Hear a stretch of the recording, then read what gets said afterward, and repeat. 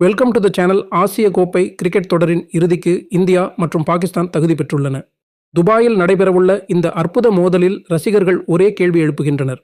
India hat trick வெற்றியை பெறுமா அல்லது பாகிஸ்தான் அதிர்ச்சி கொடுக்குமா? பாகிஸ்தானின் பேட்டிங் சில சமயங்களில் கவலை எழுப்பினாலும் பந்து வீச்சில் அவர்கள் வலிமையாக மீண்டு வருகின்றனர். குறிப்பாக இலங்கை மற்றும் வங்கதேச அணிகளுக்கு எதிரான ஆட்டங்களில் பாகிஸ்தான் பவுலர்கள் சீரான தாக்கத்தை காட்டியுள்ளனர். இந்த சூழ்நிலையில் முன்னாள் வேகப்பந்து வீச்சாளர் ஷோயிப் அக்தர் பாகிஸ்தான் இறுதியில் வெற்றி பெறும் வாய்ப்புகள் இருப்பதாக கூறினார். இந்தியாவை வீழ்த்துவோம் என்ற மன உறுதியுடன் பாகிஸ்தான் வீரர்கள் களமிறங்க வேண்டும். இந்தியாவின் உத்வேகத்தை உடைக்கும் பணியை பாகிஸ்தான் செய்ய வேண்டும் என்று அவர் வலியுறுத்தினார். இந்திய அணியின் பலம் தொடக்கமே. அபிஷேக் சர்மா முதல் 2 ஓவர்களில் ஆட்டமிழந்தால் இந்தியா பெரும் சிக்கலில் சிக்கிக் கொள்ளும். அபிஷேக் சர்மா விரைவில் விக்கெட் இழந்து விட்டால் இந்தியாவின் ரன் சேர்க்கை தடுமாறும். 20 ஓவர்களை நிறைவு செய்ய வேண்டிய அவசியமில்லை. முக்கிய விக்கெட்டுகளை எடுத்தாலே போட்டி பாகிஸ்தானுக்கு சாதகமாக மாறிவிடும். அதே சமயம் கம்பீர் தனது வீரர்களிடம் பாகிஸ்தான் எதிராக உங்கள் சிறந்த ஆட்டத்தை வெளிப்படுத்துங்கள் என்று ஊக்கமளித்திருப்பார் என்றும் அக்தர் கருத்து தெரிவித்தார்.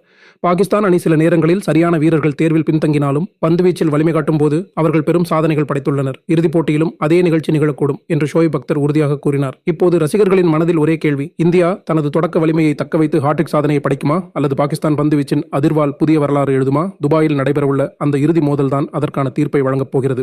நண்பர்களே, நீங்க என்ன நினைக்கிறீங்க? இறுதிப் போட்டியில் வெல்லப்போவது யாரு?